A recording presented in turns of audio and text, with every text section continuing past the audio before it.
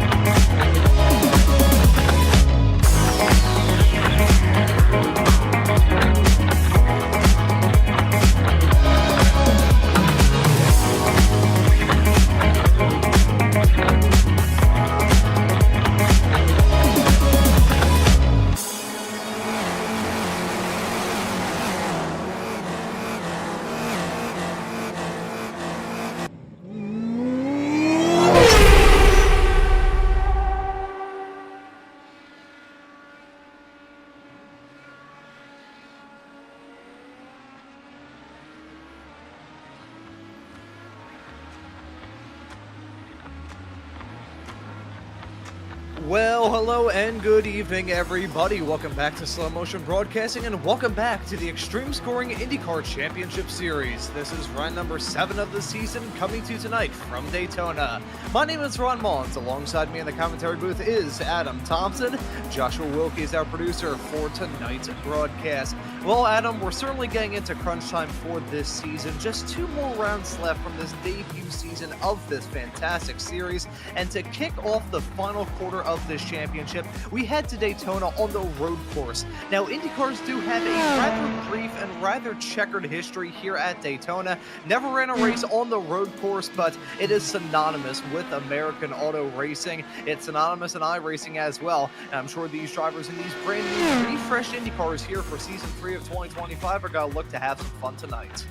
Well, of course, the fable home of the Daytona 500 around the oval, and of course the Rolex 24-hour of Daytona. Of course, this road course, not the most exciting road course you will see, but definitely one of the fastest in the world you will see here in an IndyCar, really, especially on iRacing. You get this long front straightaway, and of course the back straightaway with the Le Mans chicane, as we are riding on board here. Charlie Hosea going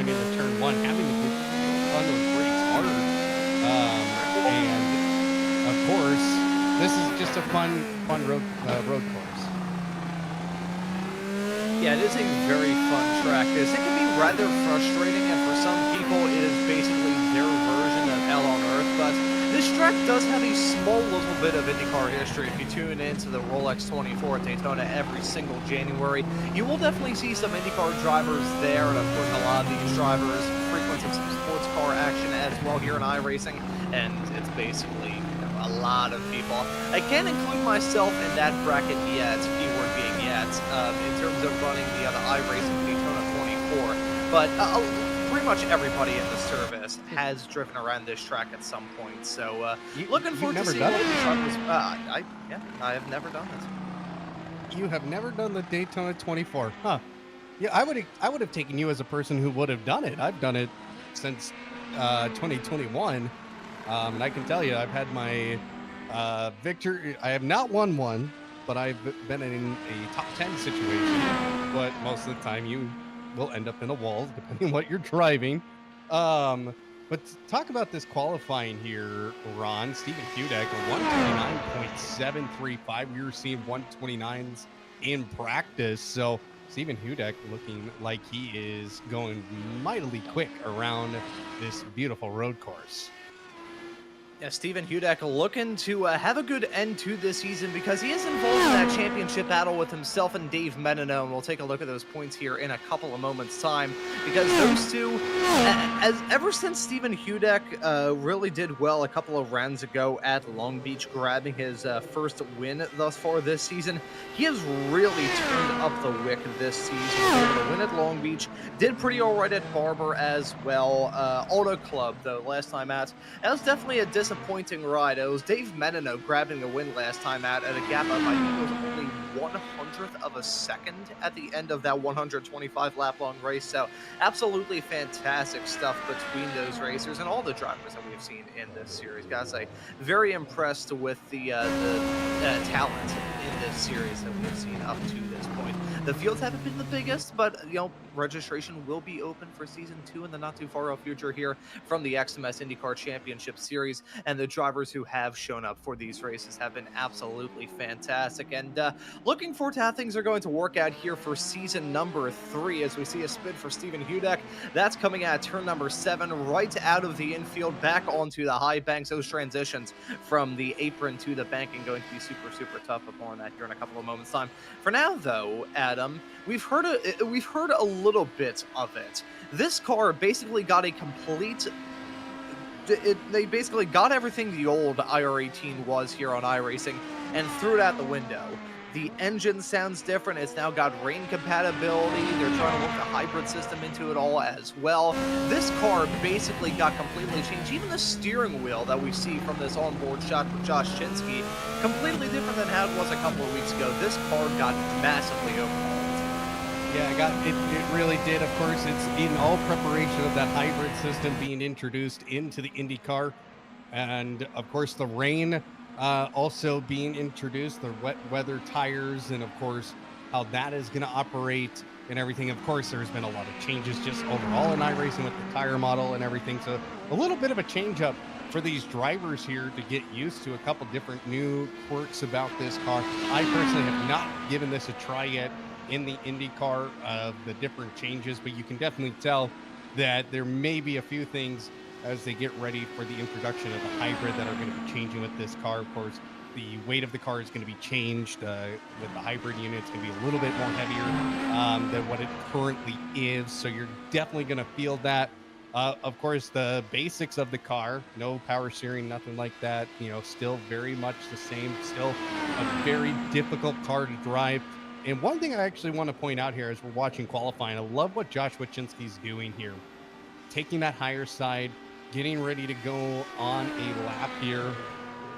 And of course, these alternate tires, they're going to burn out of energy very quickly just because of the high banks of the NASCAR 1 and 2 and NASCAR 3. Just the way that those corners really work, high banking, high speed, they're going to lose a lot of energy in the alternate tire.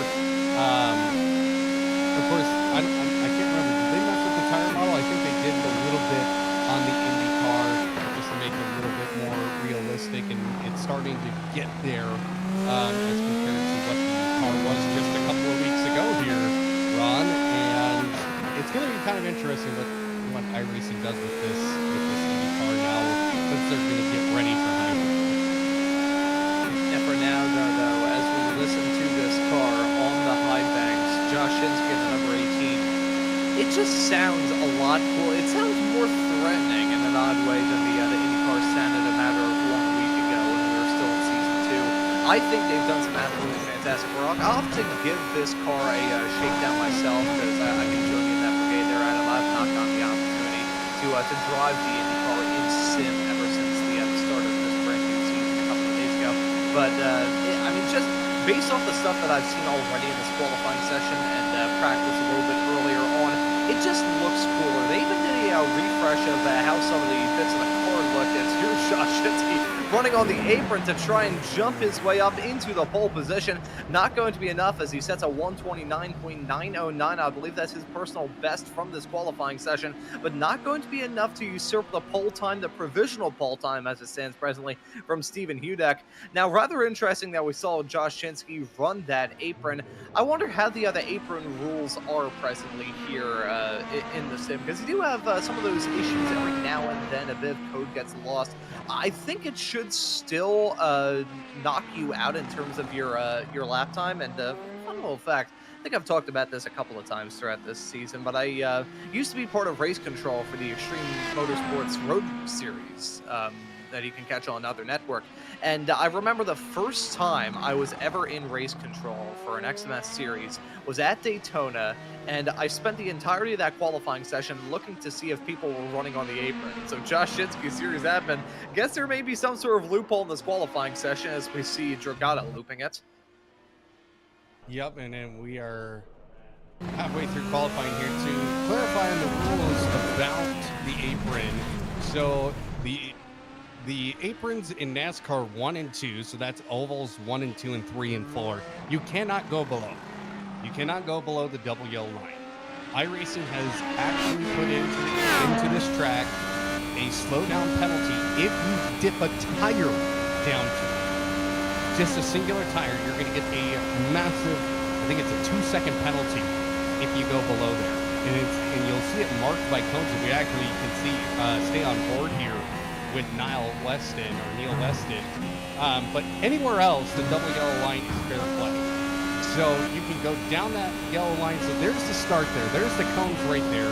So now you cannot go below this double yellow line through turns 3 and 4 on the oval. And that ends right there when you would come in for pit entry. So now the double yellow line is free game. You can go down there, down the front straight on across the start and finish line. You see that all the time in the 24 hours. You see guys go down there to try and make moves. Is it the smartest move? Probably not. But that is the rule that iRacing has coded into this game as more of a policing action. It will give you a slowdown in ovals 1 and 2 and 3 and 4. And as our producer, Mr. Joshua Wilkie, said, very good information there. Thank you very much, Adam. And some of those slowdowns that you can catch on some of the rovals can be rather brutal. Here at Daytona, I can see some people use that to try and figure out if there's any sort of loophole there. You see that every now and then. Charlotte on the roval there, I've seen some drivers try and use that in the past. I remember one time running in a league race, I got in trouble for running down on the apron during the Skip Barber race at the Charlotte Roval. This was back in 2020, I think it was. And me and my buddy were like, you know what? We can shave about like a half a second off our lap times by just doing this. And I mean, all of you tuning into this broadcast, and you as well, I can attest the fact that the Skippy and iRacing, that is not a very high-powered race car. So me and my buddy, who at that point were still running in karts, we were able to get that loophole going rather well there. I think the only road oval course that allows you to run on the apron without any real penalty is New Hampshire, but I don't really think there's too much of an advantage to be gained by utilizing the track limits at that very bizarre road oval circuit. But nevertheless, still got 7 minutes laps left to go in qualifying. Stephen Hudek is your provisional pole sitter presently. Dave Menino has been able to jump up into P2. Josh Shinsky, Caleb Kleeman, Leo Dragata, Charlie Hosea, Eduardo Lorente, and Neil Weston running out of your 8 cars presently. Waiting for the final burst of times, as pretty much everybody is either down pit lane or currently on an out lap. The only two that I think are pushing it right now, Caleb Kleeman and Leo Dragata, slotted right next to each other in 4th and 5th. So as we're still at this stage of qualifying, I think we should probably take a look at those championship points heading into the final 2 races of this season, because across the Drivers' Championship and the Teams' Championship as well, it has been rather interesting up to this point in time. Got to take a look at Drivers first, where, as I mentioned a few minutes ago, it's really been the story of 2 drivers, Dave Menino and Stephen Hudek. They were close a matter of 1 week ago, but after a thrilling win at Auto Club, Dave Menino has really been able to jump up into a rather sizable cushion between himself and the Canadian of Stephen Hudek. Looking good for Menino to walk away from this opening season of the Extreme Scoring IndyCar Championship with a championship win. Currently sat at 244 points. Josh Shinsky is at 172, slotted in 3rd, right behind Stephen Hudek. Charlie Hosea and Sophia Cano, who we have not seen for the past couple of rounds, round out your top 5. So that's how it looks presently in the drivers' points. The team's points, though, have been rather interesting as well. We'll take a look at those as well. It's been the story of dominance for SRT Esport. They've been quick. You got Dave Menino, you got Josh Shinsky. That SRT Esport team has been a powerhouse up to this point in the season. 429 points is their current total. The other privateer entries, which include the likes of Stephen Hudek and others, currently slot at 318 combined. Rockefeller Racing is at 172. Orion Race Team at P4 at 153, and the Taylor Mills Racing Team, which only comprised Sophia Connell earlier on in the season, around at the top 5 in the team's championship points. So that's how it looks like in terms of the championship fights heading into the final few weeks of this season. Looking pretty good for Dave Menino, and Adam, he's been such a fantastic driver to follow this season. Well, and he's just been ultra consistent, and that's what wins championships. Is, you don't have to win every single week. All you have to do is just be very consistent, stay out of trouble, be in those, situations where you are fighting for a win or even just a top 3 finish. And that's exactly what he has done all season long. And, a win tonight for him, I think will pretty much give him 2 hands on that trophy as we head into the final couple of races here of the XMS IndyCar Championship. So it's going to be interesting to see what happens tonight, because obviously Stephen Hudek has something in the bag, I think, for this racetrack. Clearly, currently still ahead by 77 thousandths of a second on the pole. So we got to keep our eyes out. Really, right now, Dave Menino, all he has to do is just finish in the top 5, and he will be heading into the next race fairly comfortable and not really having to worry about what Stephen Hudek will do in that championship spot. Obviously, SRT, very dominant season for them. They're pretty much got this championship wrapped up unless disaster strikes twice, and I don't really see that happening at all either. So it's going to be a easy championship win for SRT, but the Drivers' Championship, that's where the battle is going to be at, especially as we head into the race tonight, as we have 3 minutes remaining in qualifying. You can see the gaps there on the screen now. Stephen Hudek on pole with the 129.5 second lap. Dave Menino, 129.664. So again, 77 thousandths of a second separating the pair. And I think we're going to be in for a good race if that is what the gap is going to be in qualifying. Of course, we do have tire strategy. We can push the pass here at Daytona. It's going to get really interesting. And one thing we forgot to mention is the Le Mans chicane, Ron. The Le Mans chicane, or the bus stop chicane, as some of the older iRacing and racing folks out there will know it as. That could be an absolute dangerous chicane. It's a high-speed chicane. We've seen a couple of spins through there already. The reason why it's so deadly, you got 2 sausage curbs on the entry and on the exit.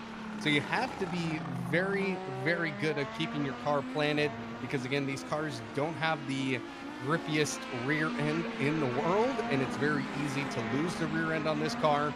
You lose it there, your day is pretty much over, because everyone's just going to go storming past you at full throttle. So it's going to be very interesting to see how guys will take that, especially in dirty air.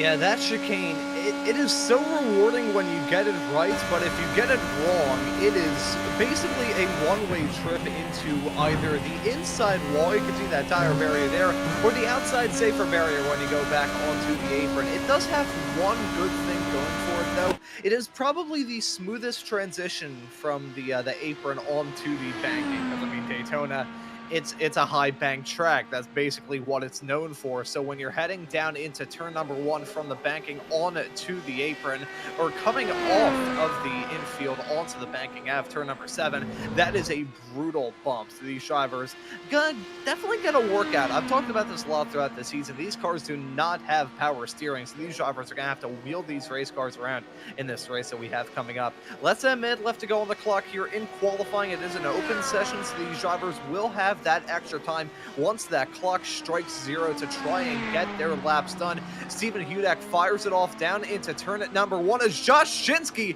going to jump up to the provisional pole to 129.569. He will pull off into the runoff area. That's just about all he thinks he can get out of it here in qualifying. That's a good lap time. He is dropping down the hammer. Let's see if anyone else will be able to improve on. Stephen Hudak not looking good for the first 2 sectors, heading his way down into turn number 6 for the last time here in qualifying. The driver of the number 44 car is still set to join our provisional pole sitter on the front row if he doesn't improve, but there's a certain amount of prestige with the pole. You want to get that done, you want to get that better track position, and you also just want to have those bragging rights coming into this race. As the clock strikes 0, Hudak really needs to get it done, but this lap is not looking good for him at the present moment. 3 yellow sectors. That is not improvement. That is not anywhere near the time that he needs to set. Let's see what he can do as he heads his way off into the Le Mans chicane, kissing those curves. Not kissing, I'm whacking those curves as he heads his way around that section of the track. Back onto the banking. This is turn number 12 on this road course configuration. Turns 3 and 4 on the oval. Hudak is going to be exiting the banking, coming out of it, trying to carry as much speed as he can, over 185 miles an hour as he heads his way down into the tri-oval. Stephen Hudak not looking good on his lap time. It's a best final sector, and that's enough for him to jump in front of Chinsky. That last sector really did for him. Stephen Hudak going to grab the pole position, and it looks like nobody else is out there on the racetrack, so that is going to be a shock pole position for Stephen Hudak. We're going to take a quick commercial break, and we'll maybe be able to have a chat with a driver who's probably just as surprised as we are at that.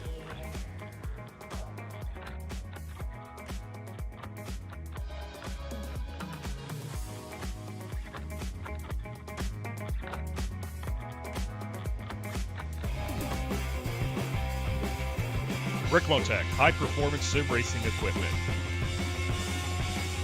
Whether you're just looking to have fun, train for race day, or become a serious esports competitor, Ricmotech has you covered. Hundreds of name-brand parts. Support from experts that love sim racing. Trusted by the pros. There's only one place to go, Ricmotech.com. The SCCA Foundation is a 501c3 organization serving as the charitable arm of the Sports Car Club of America. One of the programs partially funded by the foundation is the SCCA Academy, an online learning management system used to keep real-life racing track officials up to date on the highest standards of race safety and officiating. Through this program, the SCCA Foundation is supporting the future of the best-trained corner workers and event officials in motorsport. You can support these efforts at www.sccafoundation.org.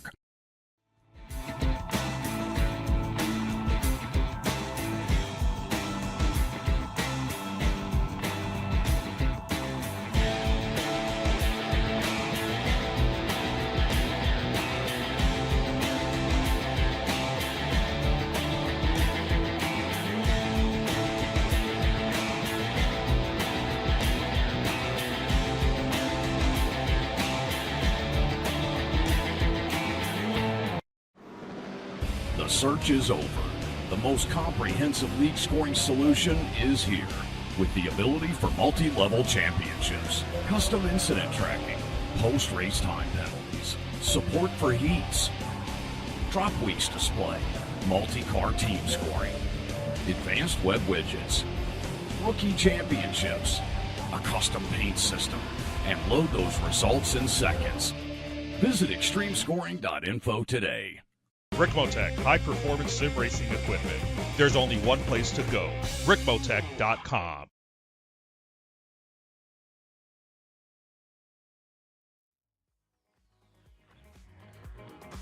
And welcome back to Slow Motion Broadcasting for the XMS INDYCAR Championship Series. Adam Thomsen. With me is, of course, our pole sitter, Stephen Hudek. Stephen, that was a heck of a pole lap as we are re-watching it here. And, of course, get it in that final sector, but we'll talk about the first corner coming into it with some heavy braking. Yeah, so this corner, it's very tricky. After driving so many laps and prototypes, I kind of got a good feel for the line. With the lighter cars, it's a little easy, but getting on the power, you want to make sure you don't get on the power too quickly and light the rears up. Going into the first horseshoe, bit of a tricky braking zone. You want to try to late apex this because it's kind of a long run until the next horseshoe. You get a little bit of oversteer, just hitting the throttle maybe a smidge too early, but I was able to keep good momentum through the corner, completely flat through here, and then braking for the next horseshoe. You want to stay wide as late as possible, and then get right down to that inside curve. This is like the trickiest part of the track, I think, in the warm condition. Or, well, it's relatively cool right now, but the tires will get very, very hot. This corner here is sort of the same thing. You want to get on the power as early as possible for the long banking in the back straight, but you want to be careful not to get too quickly on the throttle. And then, yeah, take a little bit of a breather through this next section up to the bus stop. And, of course, you were still down on time coming down the back straight. And this is the trickiest part, I say, of the track is the Le Mans chicane. Yeah, this part, it's really easy to cut the corner. And I think I was pretty much on the knife edge here. Got on the throttle maybe a little bit later than I would have liked for the exit, but yeah, no, it was a really good run. Up on my relative, I was about just a little less than a tenth up on the previous lap, so I was feeling good about getting the pole at this point. It was just, yeah, just bringing home to line.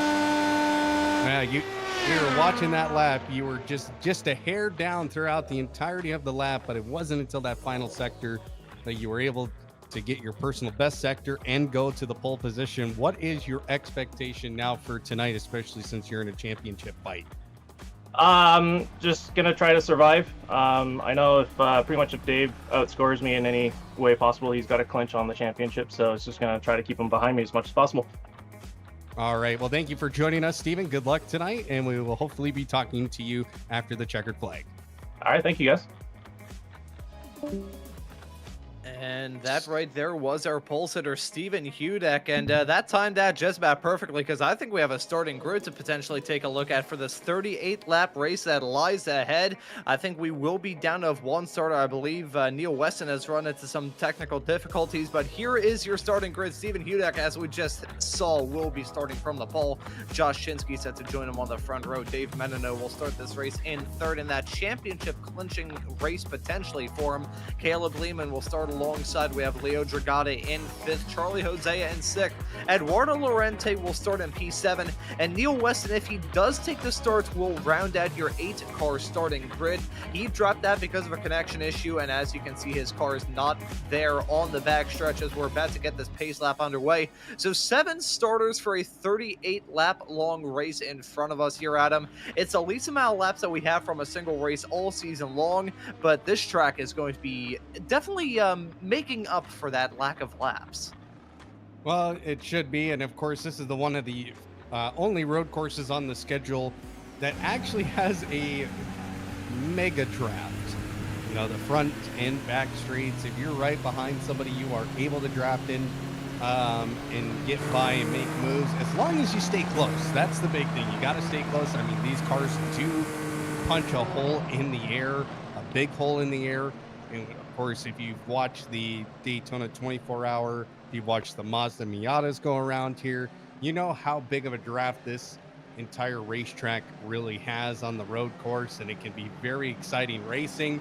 But of course, Stephen Hudek, he's going to have to really stay patient. He's not going to have to, he can't overdrive this car, or we're going to have problems. Yeah, and there's a lot of different drivers with a lot of different agendas heading into this race. For Stephen Hudak, he wants to finish it, but really, if you're him, you want to win it, and you hope that. I mean, obviously, you don't hope for it, but you also do kind of hope for it that Dave Menino runs into some difficulties. As he said himself, if Menino finishes in front, the championship is his. But we got 38 laps between then and now as the green flag's at, and we are racing here at Daytona. That's Hudak getting off to a flyer of a start. The 3 SRT Esports teammates got lined up, but Hudak loses it down into turn number 1. A big mistake there by Stephen Hudak. Into turn number 1, locks up the brakes, gets the car out of shape, and around he went. Just wasn't patient enough going into turn 1.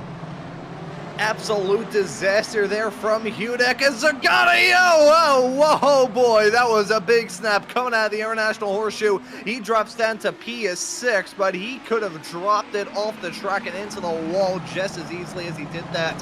It's now Josh Shinsky in the race lead in front of Dave Menino, and that's another driver going off the track. It's Eduardo Lorente down into the West Horseshoe. He loses it. The only driver at the start of this race running on those red sidewalled, softer alternate tires. He drops it down into turn number 6. Everyone feeling the burn very early on in this race. We've got that brand new car here for season 3, and I don't think a lot of these drivers are feeling comfortable presently. Well, you got to remember that these tires are ice cold, and if you try and push them just a little bit too hard, again, you don't have an outlap. It is green flag, and you are racing, and that's where I think we're seeing a little bit of the mistakes here, especially from Stephen Hudak. He didn't expect how cold the tires were going to be into turn 1, and now he is down into the 6th spot, has lost 5 places as we get a look here of what happened into turn 1. Just gets on the brakes and loses it. That's it. That's just cold tires and locking up and just putting a little bit too much brake pressure. Probably a little bit of nerves, I would say, being up on the pole, Ron.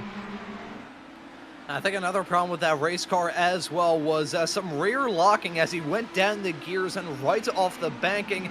Now, it's an open wheel car, and as much as this car is a complete departure from everything else here in the sim and in real life as well, it is still an open wheel car in the sense that any sort of weight distribution problems will result in disasters. We see a replay of that spin for Eduardo Lorente down into turn number 6, a simple loop off into the grass. If you have a bit of squirreliness with the weight transfer in that car and you try and slow it down off into a turn, you're going to be in for a world of trouble. But as much as it was a nightmare scenario for Stephen Hudak, it was a dream scenario for Dave Menino. He may not be in the race lead, but he's now in P2, and as it stands presently, he would be able to clinch that championship here for season 1 of the Extreme Scoring IndyCar Championship Series. So Josh Shinsky, his teammate, is leading it. We've got an SRT Esports 1, 2, 3 as they're on track to win the team championship here as well. But man, oh man, what a dramatic start here at Daytona. It really was, and you can't really blame Joshua Shinsky for taking advantage of that going out to the race lead. Of course, SRT been very dominant all season, and here we go again. A big mistake by the race leader, keeping out in front. We saw this in Barber, of course, with Dave Menino leading, losing the race lead, but coming back through the field and getting the win with some good pit strategy. This race won't have that pit strategy, and we got a big crash. Charlie Hosea hard into the wall in turn 1. His nose is completely off. Oh no, what has happened here? I'm guessing it's a little bit of that rear locking. Probably, yeah, he just goes way too hot. Oh, and he actually smacked the barrier. I didn't realize that was on the other side of the pit exit. You only see that with LMP2s at the Daytona 24 hour. What the heck is going on here, Ron? Oh! And for the second time in this race as well, Adam, it's a driver looping it, coming off the banking, hitting those brakes, and then around it goes. So, second time we've seen that already in this race, and we're not terribly long into it either. Honestly, he started losing the back end of that race car as soon as he hit those brakes. probably a rear lock immediately. Not even a rear lock, just those rear tires spinning a bit slower than those front, and around it goes. That's a huge blow for him. Will, though, despite being 2 laps down and pretty much hopelessly out of contention as a result of those technical issues at the start, Neil Weston has rejoined the race. He's going to have to wait some time to overtake anybody, but based off that drama for Charlie Hosea, he will be able to finish at least 1 spot ahead of where he is right now. That was a race-ending collision for him as we take a look at Neil Weston coming out of the pits here. Don't tell me he had a moment of his own down pit lane. That pit lane is infamous for being a one that can catch those drivers out. Don't think we'd see something like that, though. Well, from personal experience, I can tell you how many times I've hit the pit wall there. So, yeah, it's very deadly. And, of course, Caleb Lehman right now sitting third. You know, and these guys, SRT, I love the team strategy right now. Just stick with each other enough to get the draft, pull away from everybody else. Right now, a 5-second gap between the lead pack and 4th place of Leo DeGrada. And it's just going to be, you know, I feel bad for Stephen Hudek. On the pole, all he had to do was just keep the race lead as long as he could. And unfortunately, that did not happen. His race right now in jeopardy. He might not even finish on the podium right now with the way that SRT is currently running 1, 2, and 3 and just using the draft with each other. And again, now he's just coming way hot there off the banking and just loses the rear of the car, and around she went. And it was the same thing with Charlie Hosea. Came in way too hot. You don't even go that hot, that fast with an LMDH or a hypercar, or whatever it's called now. Basically the top class of prototype racing. You don't even come in. Yeah, he was going way hot. Oh man, those tires were smoking going into turn 1, Ron, and you can't make those mistakes on a road course like this because it will punish. Yeah, you really cannot. Having a moment like that, it's almost an inevitability. We take a look from the gearbox shot from Dave Menino's 3 car. You can see that 100 of Charlie Hosea lose it coming off the banking, and you can just see a cloud of smoke and debris and everything. Imagine this from Lehman's perspective. He is very lucky that concrete and tire barrier there for pit lane was there. If it wasn't, that would have been 2 cars just bang, off they go, just in a complete cloud of dust, smoke, steam, and screams. Here's a moment involving Leo Dragata on the 118, lost it heading his way through the bus stop, and oh. You can't go there. Yeah, no, you can't. That is a detour that does not work yet. I mean, if it was, yeah, I think he decided to call it after that. Yeah, Leo Dragata, he's completely left the session. Oh, he just decided to call it quits. I was like, you know what? I'm going to do what they do in real life and just say like I had an engine problem or something like that and pull off to one side of the track. And I don't know, maybe that could have been a disqualification, possibly? No, not that early. If he managed to speed run a DQ like that, I would be genuinely impressed. Well, you got to remember that there are certain things that you can do in iRacing, you know, and it's not just incident limits to get disqualified. It could be just running through the bus stop like that, and Stephen Hudek got just absolutely loose again. That probably has to do with the black primary tire a little bit. You know, it's not the grippiest tire on the IndyCar tire list, and of course SRT just doing what they have to do, except Dave Menino's fallen back down to 3rd as Caleb Lehman has now taken the 2nd spot away. Of course, that could just be strategy. It could just be giving Joshua Chinsky a little bit more space. Let's see what has happened here. Gets a mega run. Oh, it was a slowdown penalty for Dave Menino. That would explain that. So, because in an IndyCar, it's a little bit more difficult to bleed that time off if you cut the bus stop chicane. It is a 2-second penalty, and to bleed that off in an IndyCar, yeah, you would want to take the top side, but you're still going to have to lift about 70% throttle just to get that time to start counting down. And here we go, a pass down the inside. Dave Menino, side by side, Firestone to Firestone, and gets by him right before the start-finish line. And Dave Menino showing why he is going to win this IndyCar Championship here at XMS, live here on Slow Motion Broadcasting. And Dave Menino now has a 2.5-second gap to Joshua Chinsky up ahead. Yeah, and Chinsky, he's really been able to check out. I think part of the reason why that is the case is down to the fact he's already spent 26 seconds of push to pass. Dave Menino looking to catch up to that a little bit. Now, this is rather uncharacteristic what we're seeing presently here, Adam. We are seeing Dave Menino in the early stages of a race use his push to pass. We don't really see that often. Dave Menino's usually the one that will hit that button towards the end of the race, probably like with 5 laps left to go, he'll start to use it. I think if he's going to go out and win the championship here, he wants to win it in style. He wants to be able to grab this race win and win that championship along with it. As it stands presently, the only way that Stephen Hudek can keep that championship alive heading into the final race of this season at Gateway would have to be it would pretty much have to be finishing ahead of Dave Menino. So Menino would really have to get struck by a falling anvil between now and the end of the race. And for him to have a hope heading into the last race of the championship, he would really have to hope for a race win and hope that Dave Menino has that aforementioned falling anvil come down and crash on top of his head. So, as it stands presently, it's looking good for Menino, but he is eyeballing a little bit more. Was about 1/10 of a second quicker than Josh Chinsky last time by. He's looking to turn out the wick. I think he wants to end this championship battle in style and enter the final race of the season at Gateway in 1 week's time with nothing really to prove. Just go out there and have some fun.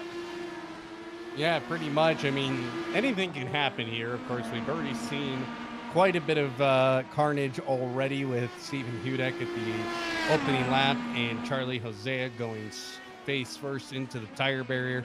And that just comes down to tires are cold. You also just have a little bit of difficulty transitioning. And of course, we haven't really seen much with the alternate tire. We've seen Eduardo Lorente using that alternate tire, but he's 14 seconds down the road. Everybody else is on the primary tire in front of him. So that will be interesting to see how that tire really warms up. It's going to get really hot really quick, especially through the entry into the oval section. And of course, you have the high-speed chicane and the banked ovals.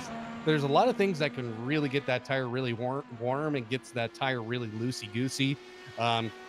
Probably worse than what the primary tire does, because that primary tire just has a little bit of a better rubber compound that's not heat up as bad as we're going to see with the alternative tire. And one thing that will play well into the hands of these racers is the fact that track temperatures are looking pretty all right now. Currently 75 degrees Fahrenheit as that track temp and 74 Fahrenheit for the ambient. Relative humidity is rather high at 95%, which, I mean, frankly, that's a rather dry day down there in the state of Florida. But regardless, not the best conditions in terms of going out there and battling. But for the tires, they're pretty all right. If you're one of these drivers, if this race was being held in real life, you'd basically feel like you'd be in a sauna behind the cockpit of these race cars. But in terms of those tires, they will feel like they're in somewhat of a comfort zone. But outside that, I think the strategy content will certainly play a huge factor in how things shake out in this race. And just want to touch on this here. Charlie Hosea and Leo Dragada have both retired from this race now. Hearing from Charlie Hosea exactly what I thought based off the fact the right-hand tires were both ripped off that race car. Too much damage for him to continue this series. Does not have a faster pair, so that's what it comes down to. Unfortunate mistake to have happened, but we've seen it twice now already. The real question is, Adam, will we see some more mistakes potentially pile up for these competitors between now and the end? Well, it's one of those tracks. It looks easy from the outside. You look at the track layout and go, oh yeah, I can bang this lap out. I can be quick on this track. But it's actually one of those tracks. It may be a little bit easier than some of the racetracks on iRacing and out there in the world, but it has a high skill gap. And whoa! That could have been interesting there with Caleb Lehman and Dave Menino. I wonder if Menino again had another time penalty I wish our little activity log would show us that. Let's see what exactly happened, because I mean, oh, it's got to be the draft. The draft is just so huge. Going, especially down in the turn one, gets wide in turn one, gets to the apex. And again, this is one of the tracks that I find very interesting because it doesn't have normal apexes. You have really one that you're going to go directly to the apex, but when we were talking with Stephen Hudek, you have a lot of late apex turns, and that's what makes up majority of the circuit is just these later apexes. The only turn that actually has a normal apex but kind of a hairpin turn is turn 5 or whatever that is, going into the NASCAR oval. So you have a bunch of just different kind of interesting aspects about this track as we watch Stephen Hudek go down into the Le Mans chicane. Again, that is not a passing area in these cars. You're not going to make a pass unless you have an absolute run and you are side by side with the guy well before entry. And he is starting to make up a little bit of ground, but he's still 6 seconds behind Dave Menino, who is just utilizing the draft for Lehman. And right now, SRT, they're sitting very, very comfortable 1, 2, and 3 as Joshua Chinsky is out 3.1, now 2.9 seconds ahead of Caleb Lehman. And he is slowing down a little bit. It seemed like he lost about 3/10 from second and third in those first couple of corners of this next lap. We're on lap 11 of 38 run, and right now Dave Menino does have the fastest lap of 1:31.1 on full race.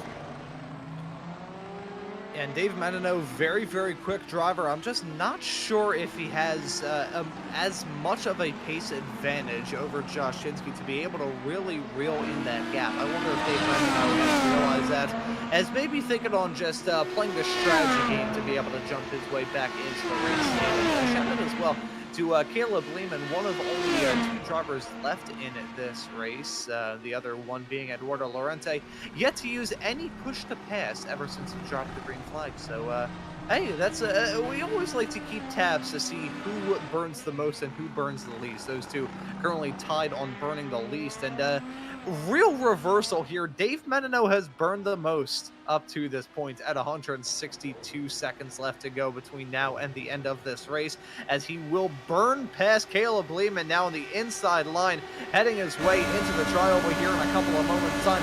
The draft oh so strong in these race cars, and Menino goes to jump his way up into second.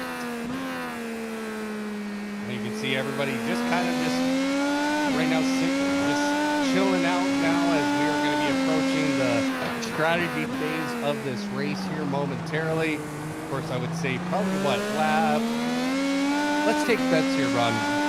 I'm going to say lap 17, 18, and 19 is when we're going to see these guys drop into the pits for those alternate times.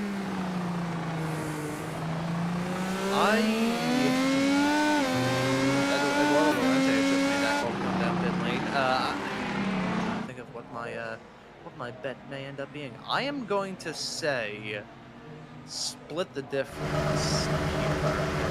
Try and see as close as we can get to the halfway mark of this race, which for context is going to be on lap 19.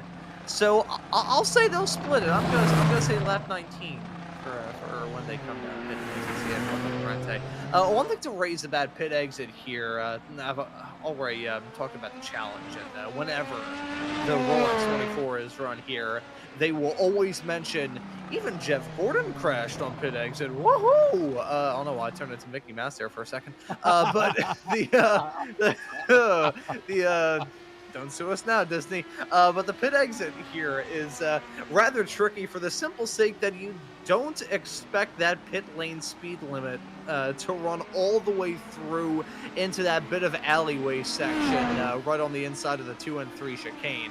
It takes a long time before you can finally hit that pit limiter button and be like, you know what? I can finally get up to speed again. That's caught me out here in the sim, and let's see if it catches anybody out here tonight. Yeah, it's one of those pit lanes that I will say I do not like the pit lane here. It used to be at the end of the actual pit lane itself, before you go into the S's of the pit exit, you could get off the pit limiter. They changed that in 2022, and I will say, I don't like it. I like the old way. Give me back the old way, because I like smoking out a pit exit and being able to get in front of some of the lap traffic, because I'm sick and tired of hearing you got a car on your right, car on your right, car on your right. So, do we have a crash here? Stephen Hudek? Let's see. Yeah, no, it's been good. Got into the marbles there in on the entry to NASCAR 1. And that just adds insult to injury. Let's just pour more salt on the wound for Stephen Hudek tonight. Just a rough go in the office run, and unfortunate spin there. Yeah, very unfortunate, as he just said, perfectly rubbing salt into the wounds there for Stephen Hudek. A simple spin coming out one of the most challenging corners around this racetrack, as that was Caleb Lehman and Dave Menino battling for P2 and P3 for a couple of moments down their way into P3 right now. It was a swap route into one with Caleb Lehman now running in second. But as we are at this point of the race, I want to bring in a little bit of IndyCar trivia, which I think I have done a couple of times up to this point in the season. So I've mentioned this a lot throughout these broadcasts, but IndyCar has very briefly run on the Daytona road course. It was some tests back in 2006 and 2007. That was quite a long time ago. I think I was 2 and 3 potentially when those tests were being held. So I don't remember this happening, but I have seen the video, and it is rather bizarre looking at those old IR18 IndyCars, which are part of the sim here menu, running on the Daytona road course. And it made me think about what sort of racing action would be held if you put modern day IndyCars around here in real life. But the trivia question for the evening here is, who are the 3 IndyCar champions in those 2 years? Now, I am including Champ Car in this, despite the fact that Champ Car did not run a test here on the Daytona road course. It was just, at that point, it was still known as the Indy Racing League. But who were the 3 IndyCar champions from those 2 years? Do you have any ideas? Oh, boy. The 3 IndyCar champions from 2006 and 2007. Was one of them Dan Weldon? Or am I Close. too early on that? Weldon was in 2005, and he finished second in 2006. I've got some hints that I can give here as well, if you need them. Getting a guess from Mr. Wilkie, it was not Dixon. At that point, he had won 1 championship in 2003. Not Juan Pablo Montoya. Juan Pablo Montoya at that point was, I think, still in F1 at the start of 06, and then transitioned to NASCAR in late 2006, early 2007. I have a little thing that I just got in the mail today that was Honda manufacturer champions and stuff with IndyCar and F1 at the time, and you got me, Ron. You got me here. I don't know what to tell you. You're making me look stupid on the broadcast. Thanks a lot. I mean, I will say, and this is honest, I think I've talked about this a lot throughout these broadcasts. Back before I got into broadcasting, when I was still a bored high school student who didn't really have a life, that implies that I do now. Can't believe I'm making that call to come down pit lane as I drop in a nice little bit of self-deprecating humor there. He comes into the pits from second in this race, going to drop it potentially outside of the podium, while Stephen Hudek and others follow him down pit lane. But as we now have the other pit cycle, I think I will share the answers here. So in Champ Car, at that point in time, it was the story of dominance with Sebastian Bourdais, won in 2004, 2005, 2006, and 2007. 2006 in the IRL was won by that year's 500 winner, as Stephen Hudek has joined Caleb Lehman down pit lane. So in 2006, the IndyCar champion was Sam Cornish Jr., at that point running for Penske. And 2007, it was close for Mr. Wilkie on the Scott Dixon guess. It was actually Dixon's eventual teammate, who at that point wasn't driving for Ganassi, instead was driving for Andretti, who also won the Indy 500 in the year that he won the championship. It was Darnie Franchitti. grabbing his first in 2007. So those were the 3 IndyCar champions from that year. Well, so now that we're in the pit cycles here, since you made me look stupid on broadcast, I'm gonna need $5 of pain and suffering, and then an additional $5 for guessing the pit strategy here. As we saw Caleb Lehman coming down in lap 16. I wonder if Dave Menino. There goes Joshua Chinsky, lap 17. Bang it in the books. We got it. So, as you can see, Joshua Chinsky and Dave Menino into the pit lane on lap 17. I said lap 17, 16, 17, 18. Bang on the money here, Ron. I'll take my my payment in Venmo or Cash App. I will send it to you in the form of an Arby's gift certificate. How about them apples? I don't mind Arby's. I don't mind Arby's at all. Now you're making me hungry. Hey, Arby's is pretty alright. Can't complain about that, Adam. I think one of the only Arby's that I've ate at on multiple occasions is actually closer to you than it is to me. Incidentally enough, it was in Davenport, Iowa, the home of the Iowa Speedway. It was about 5 miles away from the track, and Dad and I would stop there. I think we stopped there twice, coming back to Philly from Lincoln, Nebraska, after the SCCA Summer Nationals ever since September. Sorry. You're telling me there's not a single Arby's in the entire Philadelphia area? Oh, there is. It's just that I haven't been to that one on multiple occasions. I've only been to it once. I've driven past it on several occasions, but I've only aimed at it one time. So the only Arby's that I've aimed at on multiple occasions is all the way out in the state of Iowa. So yeah, if I want to make a trip number 3, I'll be out there in approximately it's about a 18-hour drive potentially. I'm not too sure. I know it's 21 from me to Lincoln. So just doing some math about like how long it would take me to get halfway through the state of Iowa. Which, you know, side note, I always thought that Iowa was going to be a boring state to drive through, and I'm not saying it's exactly exciting because you basically got cornfields and soybean fields on either side of the road for 300 miles. Pennsylvania, it gets rather boring if you're driving on I-80 in northern Pennsylvania, especially in the winter, which I did one time. It's just basically a road lined by nothingness and like dead trees. So is that why we see Pennsylvania sports fans go completely nuts whenever their teams are winning? Because it's just so boring? Yes. That's why you have to grease the poles in Philadelphia. Everything's starting to make sense there, and why things happen the way they do in that state. Race to recap here. Joshua Chinsky leading here after a lap 1 opening lap spin by Stephen Hudek as Dave Menino slots himself into second and actually getting the overcut on Caleb Lehman. That's a huge advantage for him. Caleb Lehman's 1.6 seconds down. The draft is not going to be very useful from that far back, and instead it might hurt those tires a little bit, may cause a little bit of issues going into the Le Mans chicane. And of course, Ron, I live 10 minutes away from an Arby's, so that I've been to on multiple occasions. So I will, as Josh in my ear is saying Hardee's.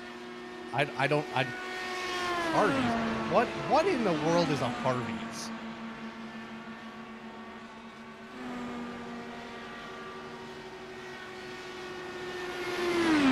There's a reason why it probably shut down.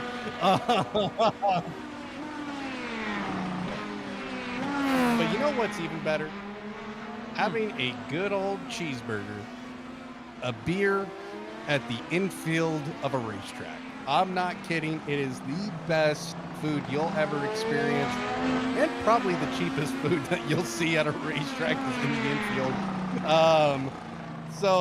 And Ron, our condolences to Stephen Hudek as he is on the alternate tires. Joshua Chinsky, Dave Menino, Caleb Lehman, they're going for a 2-stopper here. I think Steven Hudek, if he can make those tires last all the way through to the checkered flag, which I think he can, but chances are they would probably be worn down all the way down to the canvas by the end of this race. But really, Steven Hudek's only opportunity to be able to get into a spot where that championship battle can continue would be if he can stay out. But he's pummeling those alternate tires. Set the fast lap of the race last time by. So actually, we'll add in another scenario. If he can keep up that pace and just really run strong here in this middle stint, he may be able to make up that gap. Maybe, potentially, we'll just have to wait and see.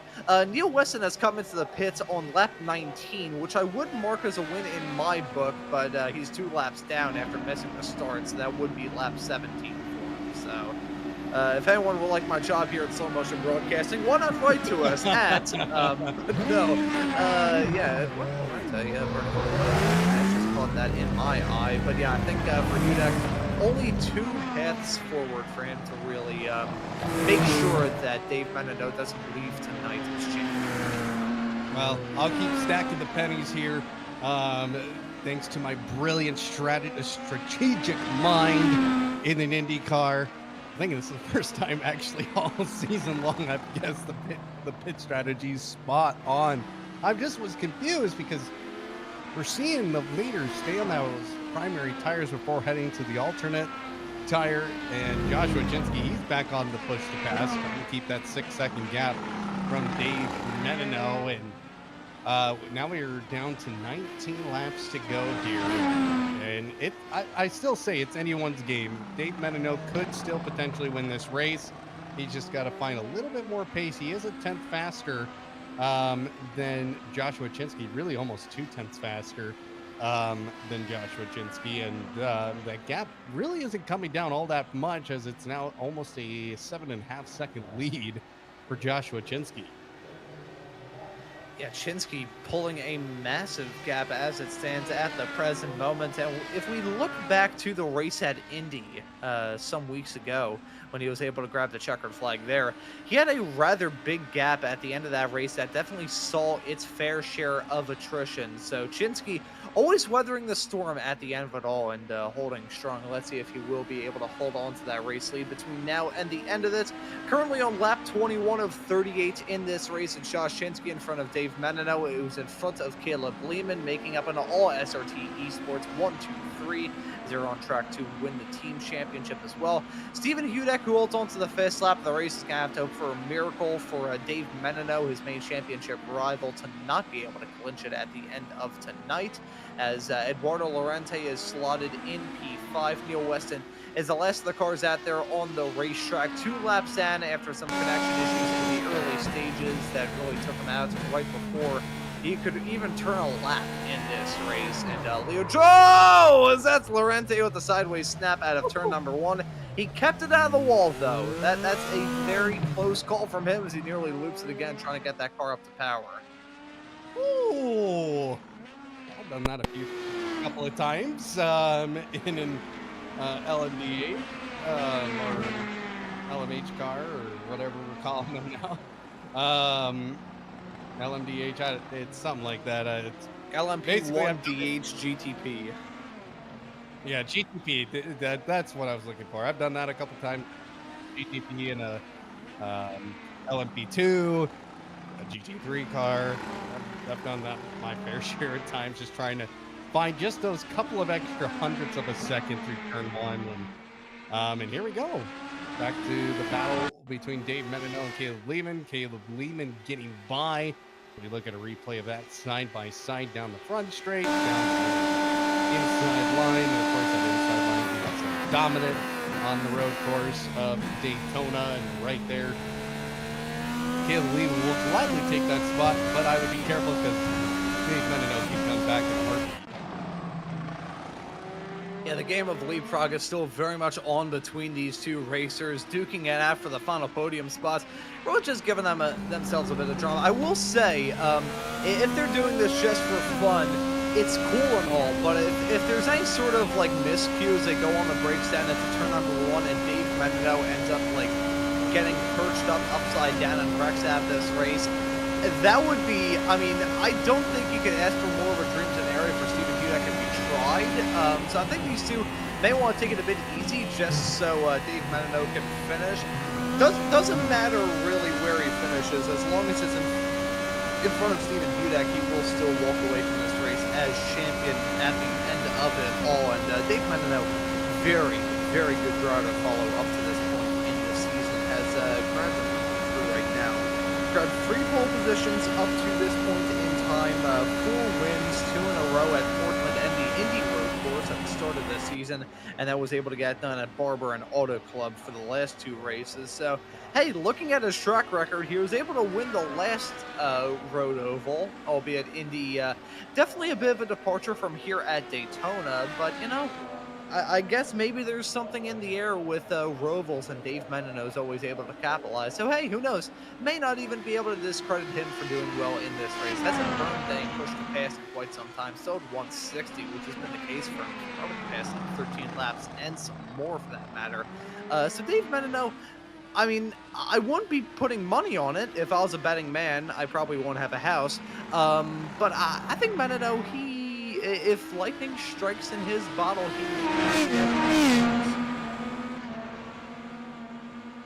Well, here we go.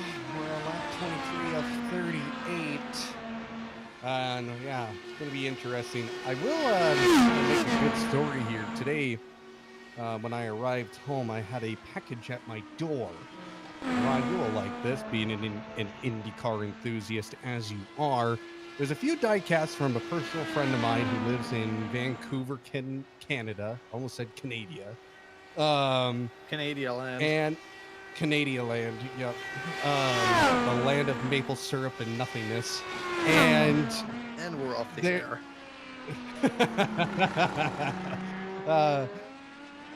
But in that box, there was a couple of die casts in it, one of which was Ayrton Senna's, one of his Formula One cars. And then I have 2 Mario Andretti die casts. One is a small scale, you know, just your average small die cast. And one was it's an 18x1 Mario Andretti signed die cast.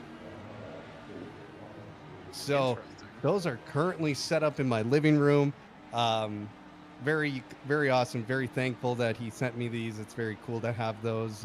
I'm a big collector of different things, and I'm on to the die-cast train. I have 3 NASCAR die-casts with 2 on the way. Hopefully we'll be here by September. A bunch of Formula One, Ferrari die-casts, the different Formula One cars from over the years. Of course, I have Sebastian Vettel's die-cast, which is the let me see if I can find it here on my desk. Oh, of course, it's pointing the wrong way. As Steven Hudak has actually come down pit lane for a second stop, putting on some primary tires onto that race car. I'm interested in this die-cast discussion because I haven't added to my collection in quite some time, but I do have my fair share of IndyCar, NASCAR, and one Formula One die-cast here. So I may need to have this be a full-blown discussion about die-cast because I've got my fair share to contribute here. Well, one of the Ferrari ones obviously would be the Ferrari F10. Of course, Carlos Sainz's SF23 and Charles Leclerc SF23. I also have Sebastian Vettel's SF1000 from the Tuscan GP when they were using more of that darker maroon color during that race. And just a couple of other ones. I have a Tony Stewart Home Depot carved tomorrow and a Dale Jr. Energy, then the Talladega 2024 from the Geico 500 last year. Then I have that I just ordered the Ross Chastain and Shane Van Gisbergen Busch Light Clash die cast when they were using the neon colors and stuff. So those haven't been made yet. I'm still waiting for those to be delivered to my house, and that should be coming around in September-ish is what they said was the plan of delivery should be. So yeah, I'm starting to collect die-casts now, and I'm going, oh boy, this is going to get expensive really quick.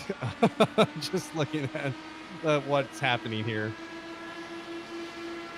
Yeah, I'm looking through right now. I've got a lot of stuff that's in the way of some of the diecasts. I'll give a small little diecast tour through audio. I've even gotten to the point where I'm standing up, so if my audio sounds a little bit different, that's part of the reason why I'm now standing up here. So I've got a Scott Dixon one here from, I believe it was 2016. I bought it in 2016. I'm not sure if it was the 2016 edition or the 2015 edition when he won the championship. Back in the days when they only had die casts and oval spec, which I guess they still do up to this point. I think I saw somewhere that Greenlight, the people who make the INDYCAR die casts, were starting to make them in road course, just because Jimmy Johnson ran a road course on the schedule back in 2021 here in INDYCAR. So I've got one from Scott Dixon. I've got two like IR18 era INDYCARs. One of them, Josh, you'll like this, is a James Hinchcliffe one from his second stint at Andretti. It's the number 29 orange Genesis car, which I believe he ran back in 2020. I think it was actually 2020 when he ran it. And another 2020 car is right underneath it. Felix Rosenquist in his last year driving for Chip Ganassi in the number 10 NTT Data car. He grabbed a race win that season at Road America, which is his only INDYCAR win up to this point. And after a career season, he got replaced there at Chip Ganassi. And I was like, man, they're replacing this guy who's one of my favorite drivers, a sophomore in INDYCAR, just put in his best season in the championship. They're replacing him with a guy who's a rookie for Dale Coyne in 2020. Why are you doing this? And then, you know, a couple of years and 3 championships later, Alex Palou is now one of the greatest drivers in the history of the sport. So, open mouth insert foot there. I've also got a slew. Actually, no, I've got one that I don't have up on my desk, which is a J.R. Hildebrand AJ Foyt car. I believe he ran this in Florida. I can hear the roar of an INDYCAR engine about to explode heading down the backstretch right in my ear as I was looking away from the screen. I've got a J.R. Hildebrand AJ Foyt car, completely decked out in All-American Star-Spangled Banner attire. Very nice looking car. I believe he ran that in 2022. Potentially, I'm not 100% sure. My one F1 diecast is a Max Verstappen car from, I believe, 2019. That was back when he was still running number 33. Yeah, the RB15. So I guess that was from 2019, potentially 2020? No, I believe it was the RB16 that year, so I guess that would be 2019 then. I can't see all of my NASCAR ones. But I can see some of the INDYCAR ones that I have. I've got the James Hinchcliffe Genesis car, the other number 29. I've got a Felix Rosenquist car from when he was running at Aero McLaren. And I also have, let me, working through now.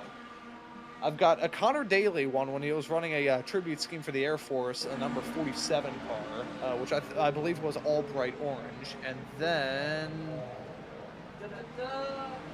another Felix Rosenquist car. So I am very predictable. I also have one more diecast, which is not racing related. It is a diecast of, I think it's a Porsche 911 GT3, a road going car. Stephen Hudek. I think Stephen Hudek just completely crashed out of this race. Yes, he has. Stephen Hudek, Oh, no. he is out of it. Things going from bad to worse to cataclysmic. And I think, yeah, that's...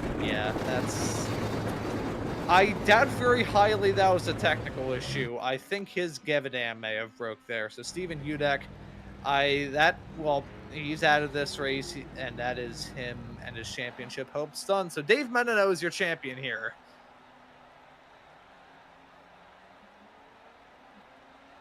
Well, yeah, that's... So, yeah, that is one of those situations. He just decided it was game over and wrecks the car. You know, maybe it was a technical issue. We don't want to assume anything, but yeah, right now your race leader is Joshua Chinsky out in the lead by 9.8 seconds, and Stephen Hudek is out of this race. Will probably go down to the P6 spot in an unfortunate end to the championship run. But we do still have an on-track battle, Ron, and that's between teammates of Caleb Lehman and Dave Menino of SRT. And right now, SRT very comfortable out in front, 1, 2, and 3. And for Dave Menino, I think he finally will see that Stephen Hudak is out of this one, and he pretty much doesn't even have to push the issue anymore. He knows he's champion. Why risk anything and lose points? And of course, he is going to be absolutely delighted when we get to talk to him if he's maintained the spot of P3. We'll get to talk to him during the post-race interviews here. But Joshua Chinsky, what a drive from him tonight. 9.5 seconds in front of Caleb Lehman. Yeah, that is an absolutely crushing performance from Josh Chinsky.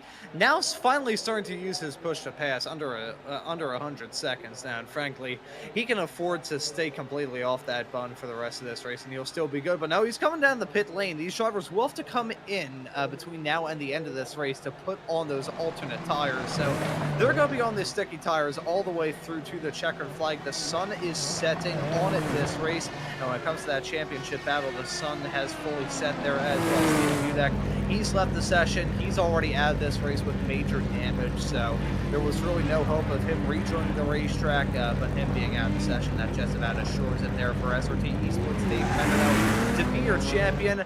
But for now, he is running in P2. Josh Chinsky is slotted in the lead right now, and we're hearing right now, actually, from Stephen Hudak, his give a damn did not broke, his game actually crashed. So I believe what may have happened there was his screen probably froze and just kind of accepted his fate. Well, that's good. He did not at least just decided that his day was just done and intentionally crashed himself. Good to know that he had an actual technical issue, and very, very unfortunate. Unfortunately for him, if he even gets back into the game, his race. Hey, what? Whoa! Oh, Josh Chinsky. Okay. Now this throws a wrench in the works. He's out of fuel. He's out of gas. Yeah, you can hear that car sputtering. What in the world has this race turned into? I mean, Caleb Lehman, he's come down the pits from the race lead, so that will give it to Dave Menino. But now those two battling for P2 as teammates, they're now going to be battling for a race win. Shinsky, he ran that car out of gas. I mean, you can tell based off the voice cracks. I am speechless here. Wow! Wow! Yeah. What the hell? Well, so he's gonna have a tow time of probably, I think it's 2 minutes is the tow time around here. So that hurts. Oh man, what? I'm speechless. I should not be speechless.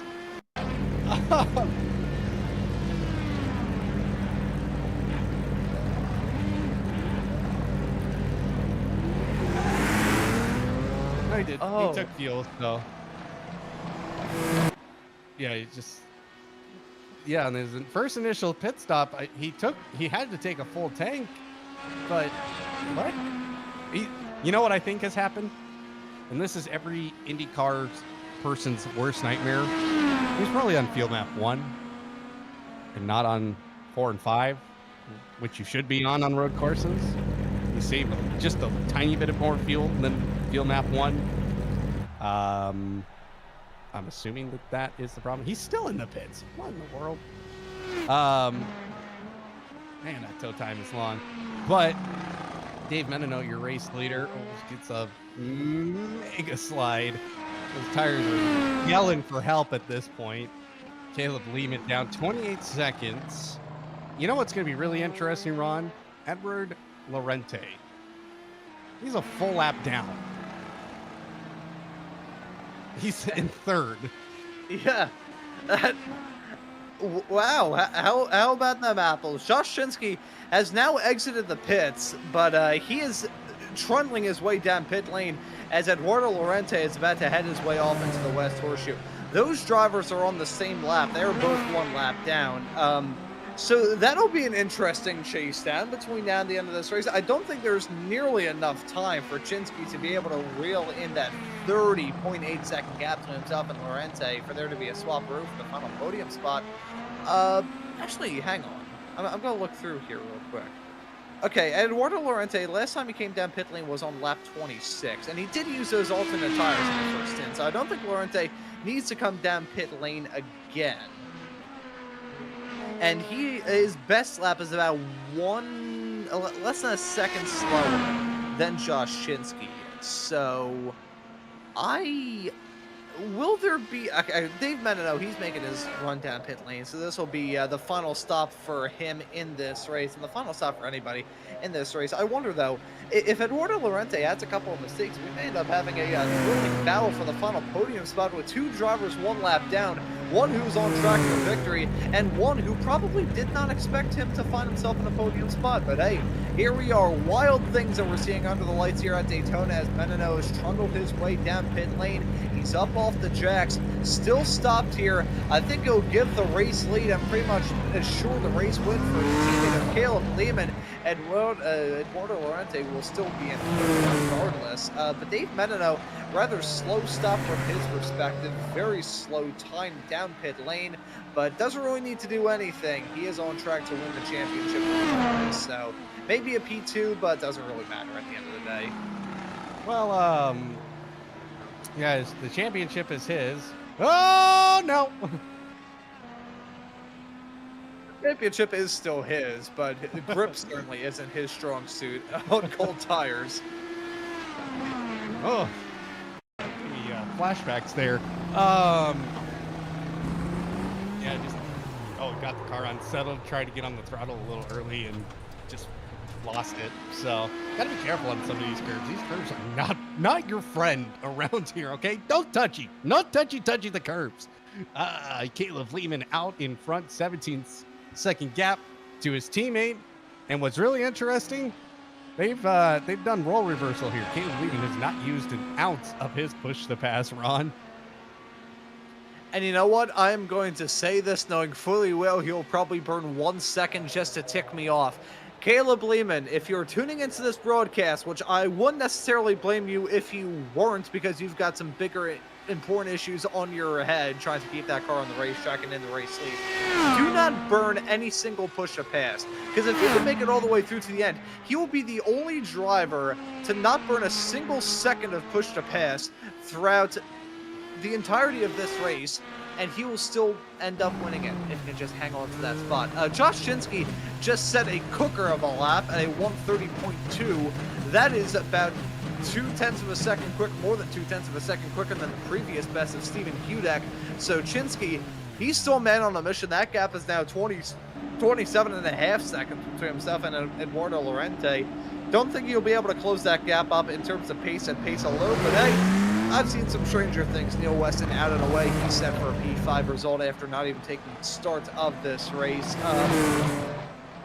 I forgot what I was saying. Yeah, Caleb Lehman pushed the pass. Yeah, don't burn a single second. He doesn't really need to, because I mean he's got 16.5 second gap between himself and Dave Menino with about 4 laps left to go. But it also just makes for a fun story to finish it exactly on 200 seconds of push to pass left. Caleb Lehman, if you are listening to this broadcast, just use it. All right, just use it. Just even if it's for a second, just use it. All right. It's there. You might as well. You know, you could put in some quicker laps with the push to pass. Joshua Chinsky's push to pass is slowly dwindling down, and this might be the first time all season we see somebody on 0. He is out of push to pass. Oh man, we should be taking wagers on these kinds of deals. These are great prop bets, Ron. But you can see right now, Joshua Chinsky fastest lap time as Dave Menino does it better with a 1:30.1. Anything you can do, I can do better, says Dave Menino. and it has a very quick lap time, over a tenth faster than his teammate. And yeah, this is pretty much all she wrote in this one, as Caleb Lehman is actually almost a full second off of the pace of Dave Menino. You know, I think Dave Menino has to be putting in cooker laps pretty much the entirety of the next 4 laps to even have a chance. And there he goes, he uses it.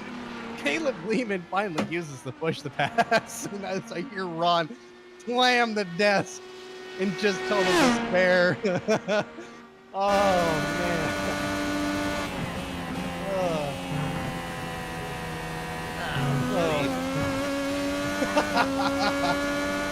Had to censor himself. Ron, you are not having a good day right now. If we were making bets tonight, you would have been losing. Oh, if we were making bets throughout this season, I think I would be down a finger because I'd probably have to take out a mafia loan just to afford these bets. What can you do? It's gambling and betting is not my strong suit here, so that is a very good reason why I'm usually just talking about the race cars instead of focusing on them. I think Caleb Lehman, he's like, you know what? I went the entirety of the race without burning a single second of push to pass.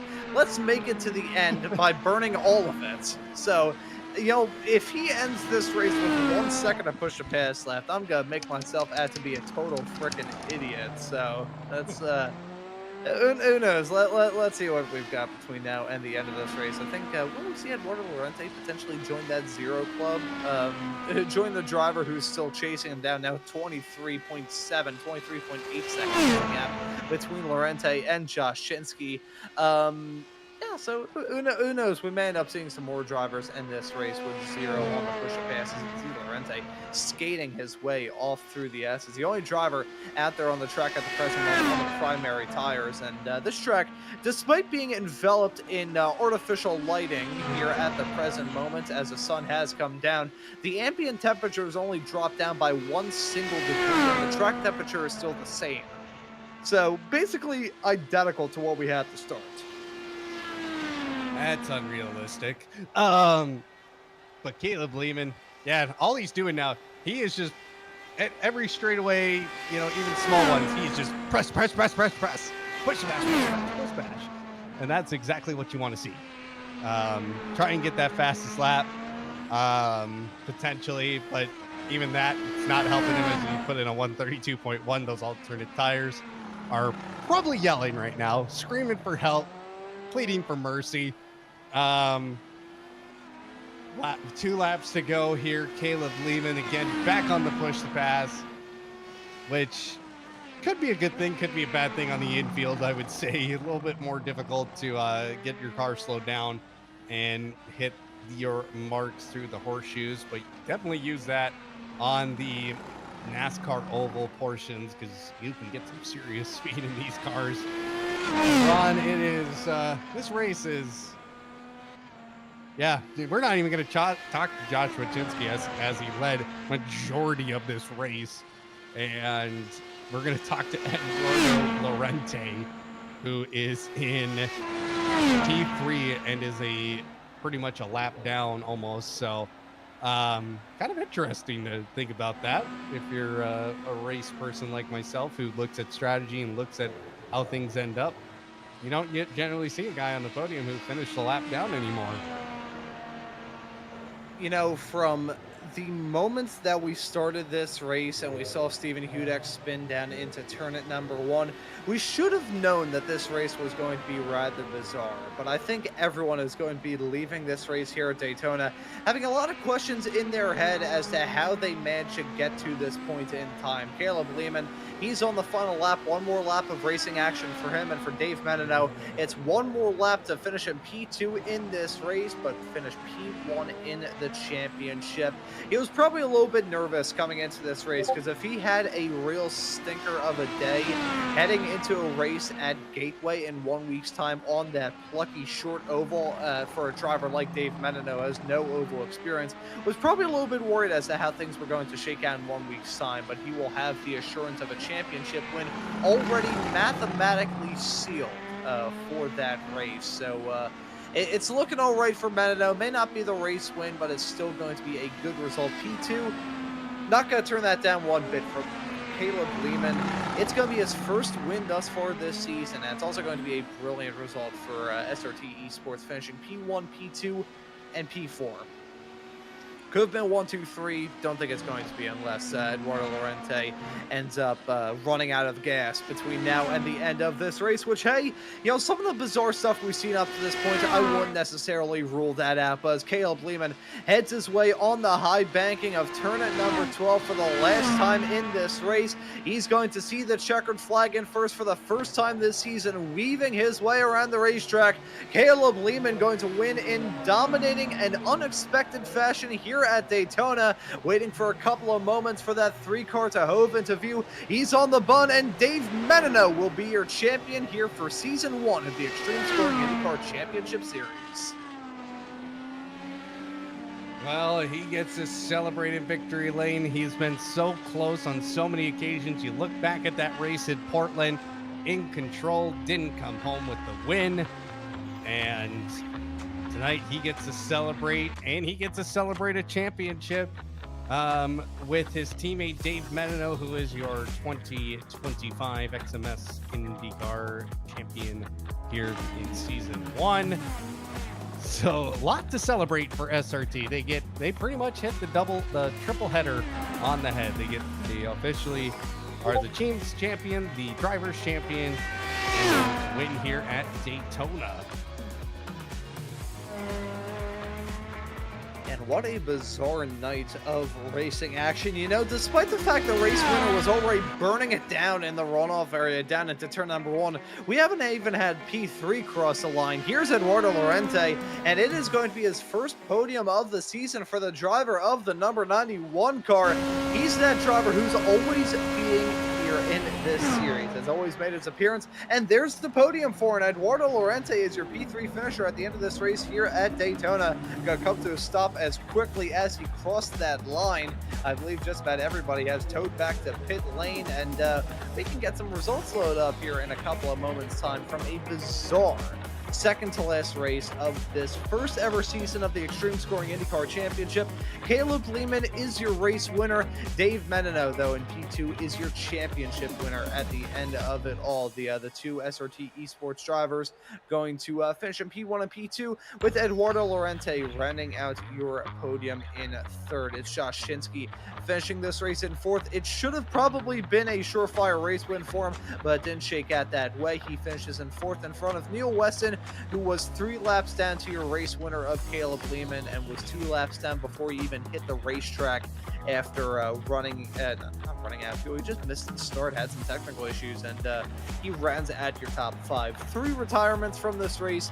Our pole sitter, Stephen Hudek, that championship fight is no longer alive, but hey, Stephen Hudek gave us a fight to talk about at the end of the day, and considering that Dave Menino kicked the season off with 2 straight wins, props where props are certainly deserved to Stephen Hudek being able to be involved in that championship battle. Unfortunately for him, it will not go his way. He crashed out after his game crash. He finishes in 6th. Leo Dragata in 7th after a very bizarre moment down into the Le Mans chicane.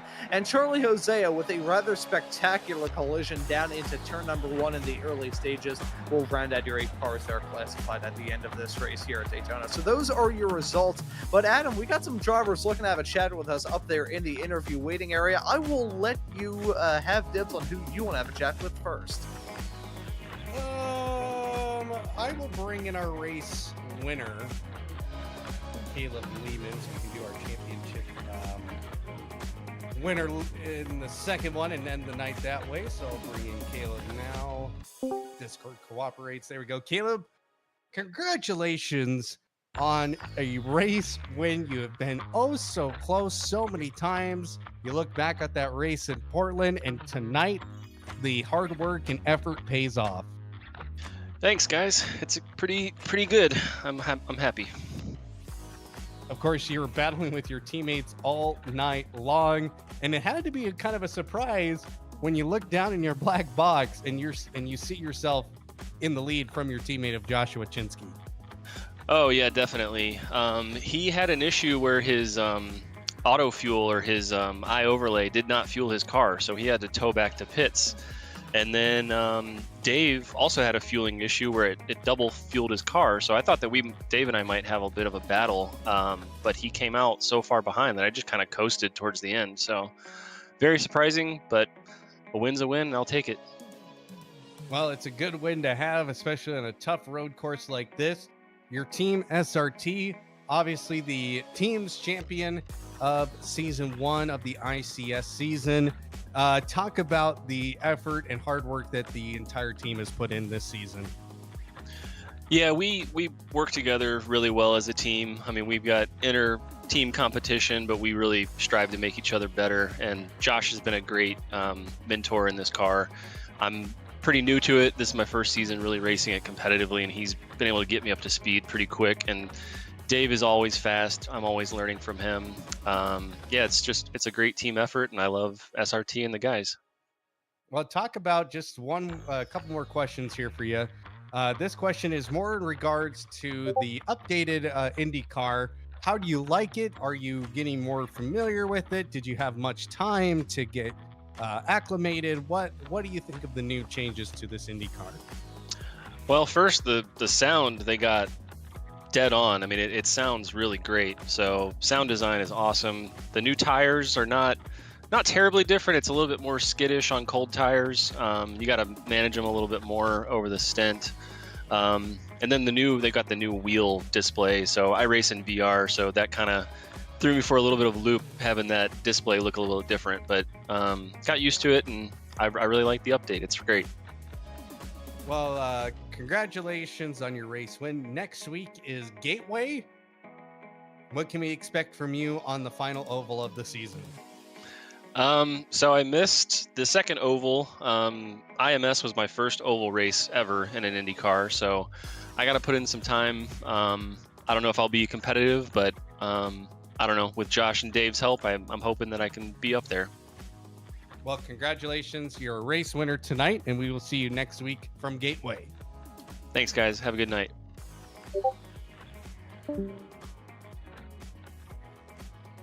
And that was Caleb Lehman, our winner here tonight at Daytona.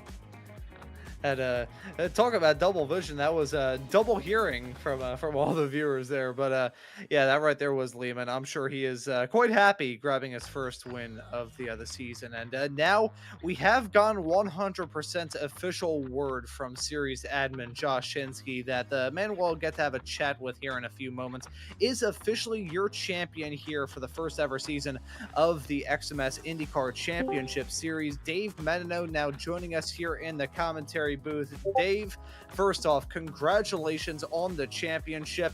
It was a rather bizarre evening here at Daytona. So before we talk about that championship win, I want to ask you about this race here tonight. Yeah, it was an interesting one. I had a couple pit crews put a little too much fuel in or forgot to put fuel in for Josh not fueling, and for me, I got a little psyched out that mine wasn't filling up either. So I ended up, I guess, refueling twice in the pits. So yeah, a couple pit lane mishaps, but overall still happy with second. And at the end of the day, regardless of how things worked out there on the racetrack, it's your championship at the end of it all. I was talking about this throughout the broadcast. 4 wins up to this point in the first 6 rounds of this season. We are now in a brand new season here, so I guess this statement that I'm about to make here is maybe a bit out of skew. You seem to really have a good vibe when it comes to running this IndyCar here in the sim.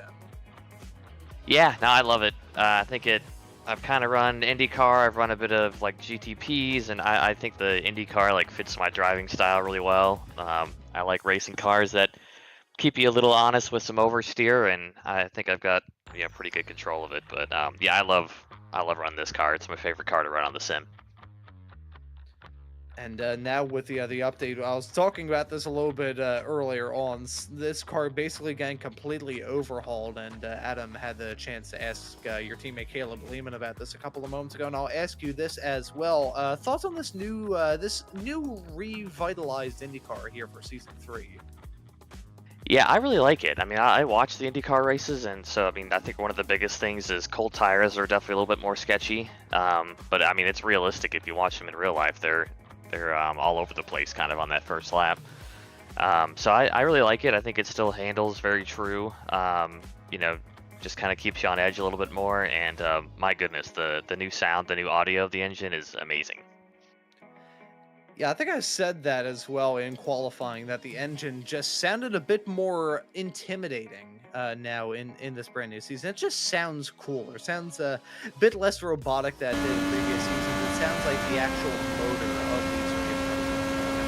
And I love to get the opportunity to drive this car in this brand new season here.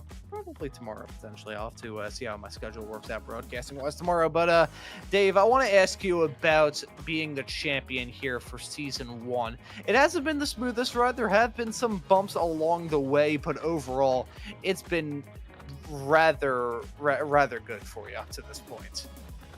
Yeah, I mean, it's been a fun battle. Like, Josh, Caleb, Steven have all had really good pace. Like you've seen in qualifying, no one's really like blown anyone else out of the water with qualifying. So it's been close. There's been a lot of guys with really good pace. You know, it's fun the way these races are set up with being about an hour long, because it usually kind of opens it up to like a 1-stop or 2-stop strategy, and you know, different tire strategies and things like that. So I think it's a lot of fun. I'm hoping you know, with all these updates, we can get some more folks on the sim kind of running the IndyCar, and maybe we can you know, run this thing back with the full field. Yeah, really looking forward to seeing what the future may have holding into to Season 2. But Dave, you're going to be entering that season regardless of how things shake out next time out at Gateway as champion there. But Gateway in 1 week's time to round this season off, 175 laps. So going from the least amount of laps to the most in the span of just 1 week. Going to be out there on the racetrack next week, and if so, what are your thoughts heading off into it? Yeah, I bought it recently, so that's the first step. And so now I'll try and get some laps. I've been watching a couple of videos just to kind of get an idea, and I usually try and run the full-length IndyCar schedule, which I know is at Gateway as well this week. So I'll try and get one of those races in to help prep for it. And looking forward to seeing you out there on the racetrack for that race at Gateway. Some short track racing never really disappoints in these IndyCars, so I'm looking forward to seeing the racing action there in 1 week's time. But Dave, congratulations on the championship at the end of the season, and we'll let you give any thanks or shouts out before we let you go. Yeah, first of all, thanks to you guys at Slow Motion Broadcasting for the broadcast. Thanks again to Josh for setting this up, and the guys at XMS. And yeah, just thanks to the PRL, or not PRL, sorry, the SRT guys. Great group of guys to race with. And lastly, a big congrats to Caleb on the win. You know, sometimes it just takes not making a mistake when everyone else does, and you know, he's consistently been there and definitely deserves this win. And just congratulations yet again on the championship, sealing the deal before that madhouse of a race in 1 week's time. Well done on the wins you've had previously, and well done on the championship win at the end of the season. Yeah, great. Thanks, guys. And that right there was Dave Menino, your champion here for the XMS IndyCar Championship Series here in Season 1 of this brand new championship. But I think that's all the time we have for when it comes to interviews. But Adam, we get to wrap things up in 1 week's time at Gateway. 175 laps. We're going from one end of the spectrum from this season to a completely different one in just 1 week. Yeah, short track racing in the IndyCar. Gonna be interesting, gonna be fun, gonna be exciting. Highly recommend tuning in. Of course, you know, it sounds like a lot of laps. It really isn't. They'll go by quickly as long as we don't have a bunch of cautions or anything like that. So it should be exciting. We'll get to celebrate a champion of the series. Of course, there are still positions up for grabs. So we'll fill everybody in next week with the point situation headed into Gateway. And hearing as well that it's looking rather good for Steven Hudek to be P2 in the championship at the end of this. But hey, there is still going to be some great racing action to look forward to for the final round of the XMS INDYCAR Championship Series here in the first ever season of this series. But as much as we look ahead to Season 2, there's a lot of action to look forward to here in Season 3 of 2025 here on Slow Motion Broadcasting. Have a lot of stuff to look forward to. Of course, the season finale for this championship coming up in 1 week's time. You can catch all the action on Thursdays at 8 p.m. Eastern. This upcoming weekend, though, we have got a rather fantastic event. The 45th Weekend Warriors Virtual Runoffs going to be running at Road America for the Formula Vs, where Tortolo, the 3-time now reigning champion in that series, is looking to do well. The Formula Fords, where Daniel Tuss was able to be your top class driver at the end of it all. You can see him in his number 34 rocket right there. And the Spec Racer Fords going to have a rather stacked grid with some fantastic drivers looking to do well there. You'll be able to catch all of that action here on Slow Motion Broadcasting for that fantastic event here on Sunday. Then for Season 3, we have got you covered just about every single day, really, if we're being completely honest. I mean, going through the week, Tuesdays, you'll be able to catch the action from the Sim Racers Group F4 Series. The following day, you'll be able to see the brand new Sim Racers Group F3 Championship. That's always a fantastic time to have a brand new series joining us, and those F3 cars are super, super fun as well. Thursday next week, of course, you have the season finale from this championship. Friday's not going to have anything for now. Saturdays, however, you've got the action from the Formula V Weekend Warriors, and then come time for Sundays, we've got you covered with the Formula Ford and Spec Racer Ford Weekend Warriors, and the final few rounds of XSLR to look forward to there as well. And there may be something coming up here that's in the works here on Slow Motion Broadcasting. It gives you a good reason to tune in on Saturday nights, but hey, you'll just have to stay tuned, hit that subscribe button and the notification bell so you don't miss out on whatever that may be here in the other not too far off future here on SMB. But as for this broadcast for the second to last round of this XMS INDYCAR Championship Series season, that will just about do it. So for myself, Ron Maunz, Adam Thomsen joining me in the commentary booth, and Joshua Wilkie doing a wonderful job working on the cameras and the graphics and the virtual production hauler, I say thank you also very much for watching this broadcast here on Slow Motion Broadcasting tonight, and we hope to see you all for the season finale in 1 week's time.